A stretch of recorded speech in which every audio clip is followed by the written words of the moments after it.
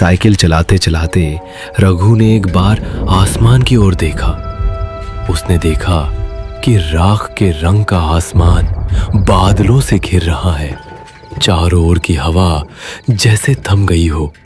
उसे समझ में आ गया कि तूफान आने वाला है, लेकिन कुसुमपुर पहुंचना अभी भी बहुत दूर था। रघु ने पैडल पर जोर से दबाव डाला, लेकिन वो ज्यादा दूर तक जा नहीं पाया।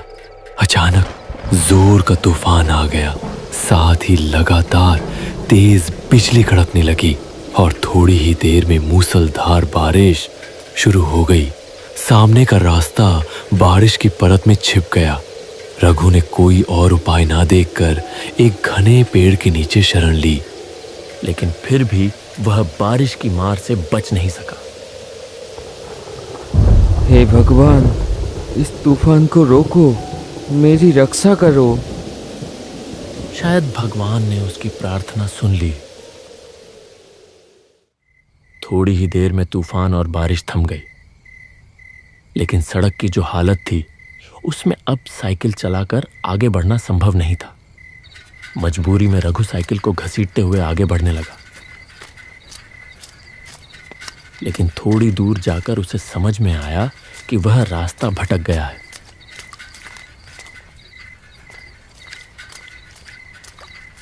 यह रास्ता कुसुमपुर का नहीं है।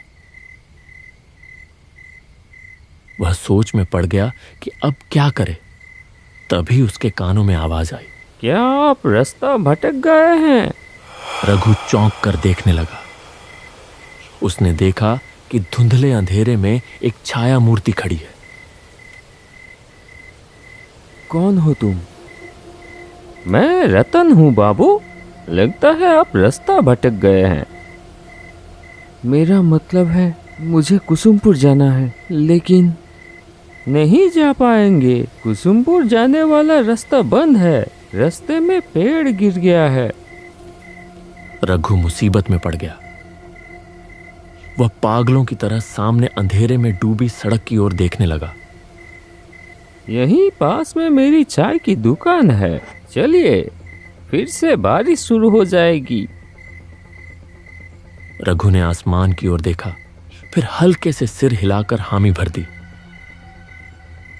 आइए, मेरे साथ आइए। रघु ने अपने दुविधा भरे मन के साथ उसका पीछा किया, और जैसे जैसे वह आगे बढ़ता गया उसे कुछ महसूस होने लगा। जिस वक्त से वह आदमी उसके पास आया है, तभी से रघु को भीगी हवा में किसी जले हुए चीज की गंध आ रही थी। क्या हुआ? जल्दी कीजिए। हाँ, आता हूँ। साइकिल लेकर वह तेजी से आगे बढ़ा। थोड़ी दूर जाते ही उसने एक गांव का पेड़ देखा। पास ही एक झोपड़ी नुमा घर था। वहां किसी हैरिकेन जैसी चीज की लौ जल रही थी। रतन ने फिर से आवाज दी, आइए बाबू, यही मेरी चाय की दुकान है। रघु ने साइकिल को गांव के पेड़ से टिका दिया और झोपड़ी के चौखट पर आकर खड़ा हो गया। उसने देखा कि एक तरफ एक चूल्हा है और उसके चारों ओर चाय बनाने का सामान रखा है। रघु हैरान हो गया यह सोचकर कि इतनी सुनसान जगह पर इस चाय की दुकान में आखिर चाय पीने कौन आता होगा। रतन एक मोड़ा ले आया। बैठिए बाबूजी, मैं चाय लाता हूँ। रघु अपनी गोद में रखे थैले को कसकर पकड़कर बैठ गया। बाहर फिर से तूफान शुरू हो रहा था। बिजली चमक रही थी और गड़गड़ाहट के साथ कड़क रही थी। ये लीजिए चाय, आप बहुत भीग गए हैं, ये पीजिए, अच्छा लगेगा।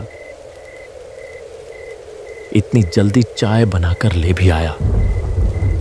हैरानी की बात थी, हल्की हल्की बारिश शुरू हो गई।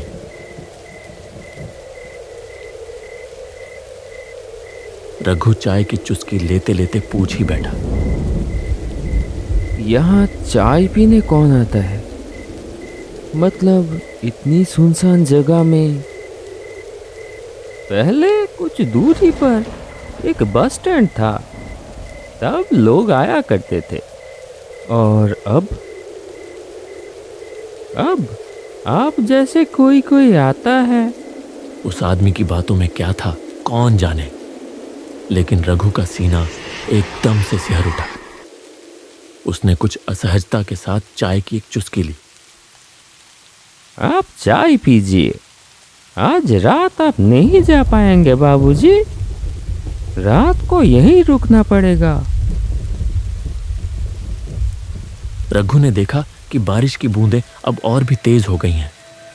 तूफान की रफ्तार भी काफी बढ़ गई है। बिजली लगातार गिर रही है। लेकिन एक चीज देखकर उसे बहुत हैरानी हुई। इतनी तेज आंधी के बावजूद हैरिकेन की लौ जरा भी नहीं हिल रही थी। न जाने क्यों रघु को लगने लगा कि उसके चारों ओर जो कुछ भी है वह सच नहीं है, जैसे कोई जाल है जो चुपचाप उसे अपने भीतर लपेट रहा हो। बैग में रखे हुए इतने सारे पैसे, उसका सीना एक बार फिर धक धक करने लगा। जब बारिश थमी तब तक रात काफी बीत चुकी थी। खाना पीना कुछ देर पहले ही निपट चुका था। रतन दहलीज पर रघु के लिए बिस्तर लगाते हुए बोला, कहाँ गई झूमर? बाबू को पान नहीं दिया? आइए बाबू, यहाँ लेट जाइए। डरने की कोई बात नहीं है, मैं और झूमर तो हैं ही। रघु ने हल्के से सिर तो हिलाया, लेकिन उसके सीने में एक बार फिर से टीस सी उठी, जैसे उसकी छाती के भीतर कोई धीरे धीरे उसे कुछ समझाने की कोशिश कर रहा हो। जैसे ही नूपुर की झंझनाहट कानों में पड़ी, वह हल्के से चौंक कर देखने लगा। झूमर धीमे कदमों से आगे बढ़ रही थी। उसकी आंखों में जैसे कोई खास इशारा था जो उसने रतन की ओर किया। रतन ने भी जरा सा गर्दन हिलाकर कुछ जताया। यह बात रघु की नजरों से छुपी नहीं रही। लीजिए बाबू, पान। पान? मेरा मतलब है खाइए खाइए। झूमर के हाथ के पान खा के आप जिंदगी भर नहीं भूल पाएंगे। रघु कांपते हाथों से पान उठाने ही वाला था कि एक तीखी सड़ी सी गंध उसकी नाक में आ लगी। कुछ वैसी ही गंध जैसी कच्चे खून की होती है। अचानक आई एक तेज हवा के झोंके से झूमर के सिर की ओढ़नी सरक गई, और जो दृश्य रघु ने देखा उसे देखकर उसका खून जैसे जम ही गया। झूमर के गले पर खून की एक लकीर थी। वहां से एक पतली धार बह रही थी।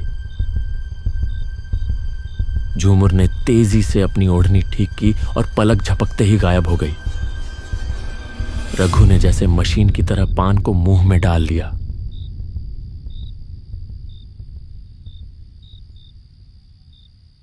रतन हैरिकेन की लौ धीमी कर कमरे के अंदर चला गया। रघु एक अजीब सी घबराहट और बेचैनी लेकर लेट गया। रात गहरी और शांत थी। केवल झिंगुरों की आवाज उस सन्नाटे को तोड़ रही थी। पास के किसी झाड़ी से एक भूखा सियार चीख उठा। फड़फड़ाते पंखों की आवाज के साथ एक काला उल्लू आकर गाब के पेड़ पर बैठा और अपनी डरावनी आवाज में बोल उठा। रघु का सीना बार बार कांप उठता रहा। भगवान देखना, ताकि रात ठीक से कटे। थकान की वजह से थोड़ी ही देर में रघु सो गया।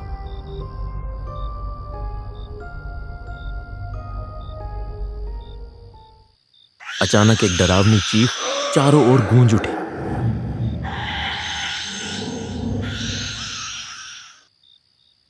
रघु अचानक बिस्तर पर उछलकर बैठ गया।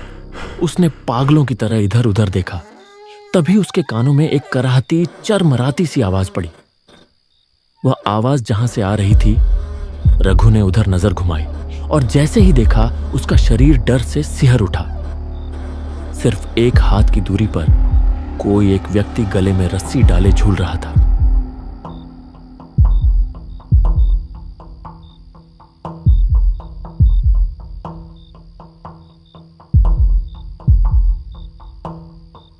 क्या हुआ बाबूजी? कोई बुरा सपना देख लिया क्या?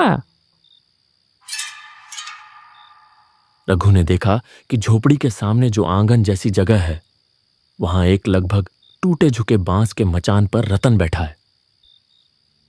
उसने एक बार फिर धीरे से गर्दन घुमाकर उस ओर देखा, जहां कुछ देर पहले कोई गले में रस्सी डालकर झूल रहा था। लेकिन यह क्या, वहां अब कुछ भी नहीं था। क्या ढूंढ रहे हैं बाबूजी? कुछ नहीं है, वो सब बुरा सपना है। तुम इतनी रात को बाहर क्यों हो? बहुत गर्मी है, इसलिए बाहर की हवा लेने आया हूँ। आप भी आइए ना। रघु समझ गया कि उसका शरीर पसीने से तरबतर हो चुका है, इसलिए वह बिस्तर छोड़कर मचान की ओर बढ़ गया। भीतर दबा एक अजीब सा असहज भाव लिए वह रतन के पास जाकर बैठ गया। तभी कहीं पास से एक निशाचर पक्षी तीखी आवाज में चिल्ला उठा। उस एक चीख ने पल भर के लिए फैली खामोशी को चकनाचूर कर दिया। इतनी गर्मी है, अब नींद आएगी ही नहीं। ऊपर से सपने में आप क्या कुछ देख रहे हैं। इससे अच्छा मैं आपको एक कहानी सुनाता हूँ। 3 साल पहले की बात है। ऐसा ही एक चाय और नाश्ते का दुकान था उसका। सब कुछ ठीक ही चल रहा था, लेकिन इंसान अकेले कब तक रह सकता है। इसलिए उसने शादी कर ली किसी दूसरी गांव की एक लड़की से। उस लड़की को एक नजर देखते ही नजर ठहर जाती थी। बहुत लोग कानों कानों में फुसफुसाते रहे, ये तो जैसे गोबर में कमल का फूल होगा तो उसके चाहने वाले भी होंगे। खैर, दुकान में भीड़ बढ़ने लगी और उसकी बीवी ने भी हाथ बटाना शुरू कर दिया। उसकी चाय की दुकान में शंकर रोज चाय पीने आने लगा। 1 कप चाय पीता था, लेकिन 1.5-2 घंटे तक बैठा रहता। उसकी बीवी की तरफ उसका नजर है, ये समझ में आ रही थी उस आदमी को। लेकिन नई दुल्हन के बारे में ऐसा कुछ सोचने को उसका मन नहीं मान रहा था। इतनी सुंदर पत्नी के बारे में कोई आदमी कैसे सोच सकता है ये सब? वो आदमी भी नहीं सोच सका। ऐसे ही दिन कट रहे थे। एक दिन दोपहर के बाद वो बाजार जाने के लिए निकला। मैं चलता हूँ, आखिरी बस में लौटूंगा। शाम को दुकान खोलने की जरूरत नहीं है। अच्छा ठीक है, अच्छे से जाना। बाजार में खरीदारी करते करते वो समझ गया कि तूफान आने वाली है, इसलिए जल्दी सामान लेकर वो पहली वाली बस पकड़ ली।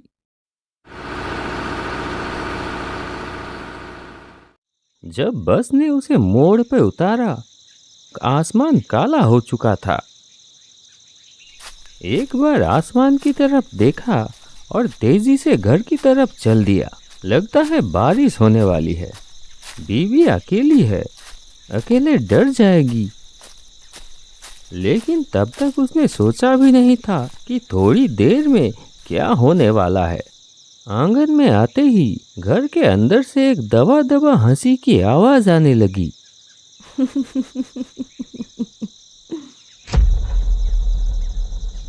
एक पल के लिए वो ठिठक गया। दरवाजे की तरफ ना जाकर वो खिड़की की तरफ बढ़ा। खिड़की से अंदर झांका। घर की मध्यम रोशनी में जो उसने देखा, उससे उसके शरीर में जैसे बिजली दौड़ गई। बिस्तर पर शंकर लेटा हुआ था और उसकी बीवी उसके सीने पर आधी लेटी हुई धीरे धीरे हंस रही है। हाथ से बैग गिर गया। बीवी के लिए लाया हुआ चूड़ियां भी जमीन पे गिर के टूट गई। कौन? शंकर दौड़ते हुए बाहर आ गया। उस आदमी को देखते ही वो हक्का बक्का रह गया। आप तो बोले थे आखिरी बस पे। बात खत्म भी नहीं हुई थी। एक तेज धार वाली चीज से एक झटके में वो अपनी पत्नी की गर्दन पर वार कर दिया। फव्वारे की तरह खून निकल आया। पत्नी अपनी गर्दन पकड़ लिया और जमीन पर गिर पड़ी और उसका शरीर बार बार झटका खाकर स्थिर हो गया। शंकर अब तक पत्थर की तरह खड़ा था। अब वो भी हाथ जोड़कर माफी मांगने की कोशिश करने लगा। वो आदमी धारदार चीज हाथ से फेंककर शंकर को बालों की मुट्ठी से पकड़ लिया और घसीटते हुए ले चला। शंकर पूरी ताकत से भागने की कोशिश करता रहा। गुस्से में शंकर को जमीन पर पटक दिया। फिर बांस की छत से लटक रही रस्सी को खींचकर शंकर की गर्दन में फांसी की तरह डाल दिया और दोनों हाथों से रस्सी के छोर को खींचने लगा। शंकर के मुंह से दम घुटने की आवाज निकलने लगी। उसकी आंखें बाहर की तरफ निकल पड़ी। तड़पते तड़पते उसका शरीर धीरे धीरे शांत हो गया। वो आदमी पागल की तरह अपनी पत्नी के खून से लथपथ शरीर को घूरता रहा। फिर गला फाड़कर चीख पड़ा,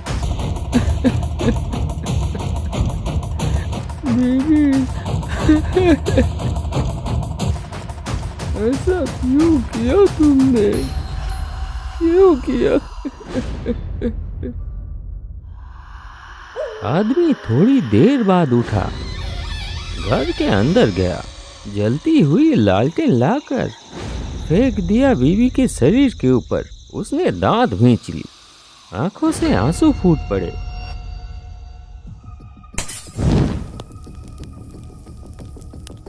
कड़कती आवाज के साथ बिजली गिरी। तेज आंधी ने आग को पूरे झोपड़े में फैला दिया। धधकती आग में वो आदमी भी जलने लगा, एक भयानक मृत्यु चीख के साथ। रघु जैसे किसी गहरे सम्मोहन में डूब गया था। जाइए बाबू, तैयार हो जाइए, थोड़ी देर में सुबह हो जाएगी और हमें भी तो जाना होगा। रघु ने अब और बात नहीं बढ़ाई। रात जैसे तैसे कट ही गई थी। वह जल्दी जल्दी तैयार हो गया, फिर दरवाजे में हल्के से दस्तक दी। मैं चलता हूँ, सुन रहे हैं? तो फिर मैं चलता हूँ। नहीं, कोई उत्तर नहीं आया। एक पल के लिए रघु रुका और सोचा। फिर गाब के पेड़ से टिकाकर रखी हुई अपनी साइकिल उठाई और बाहर निकल गया। न जाने कहाँ गए। लौटते वक्त एक बार मिलकर जाऊंगा। लेकिन कुछ दूर जाते ही रघु को याद आया कि वह लापरवाही में पैसों का बैग वहीं भूल आया है। वह तुरंत साइकिल घुमाकर वापस उसी जगह लौट आया। लेकिन यह क्या हालत! वो झोपड़ी कहाँ गई? वहां तो अब सिर्फ एक अज्जली झोपड़ी का ढांचा पड़ा हुआ था। तो क्या रतन ने जो कहानी कल सुनाई थी वो? आप शायद ये ढूंढ रहे हैं। रघु तेजी से पलटा, देखा उसका पैसों वाला बैग। कौन हो तुम? मैं झूठ। तेज हवा के झोंके से ओढ़नी हट गई। वही सड़ी सी तीखी गंध फिर से उसकी नाक में आ लगी। रघु की आंखों के सामने प्रकट हुआ एक औरत का भयावह खून से सना चेहरा। रघु होश खो बैठा और साइकिल समेत वहीं सड़क पर गिर पड़ा।